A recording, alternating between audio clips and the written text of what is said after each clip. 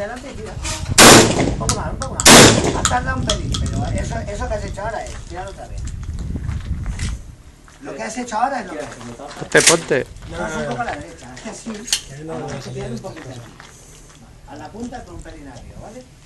Pero intenta correr un poquito más, pero sin precipitarte, ¿eh? Vale. Ya. Sí, señor. Muy bien. Ahora qué. Pero bueno, no. Bien, bien, bien.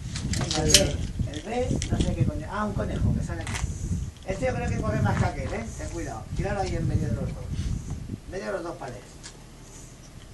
Ahí, Sí. Ahí yo creo que será mejor. Gírate más aquí. Ahí.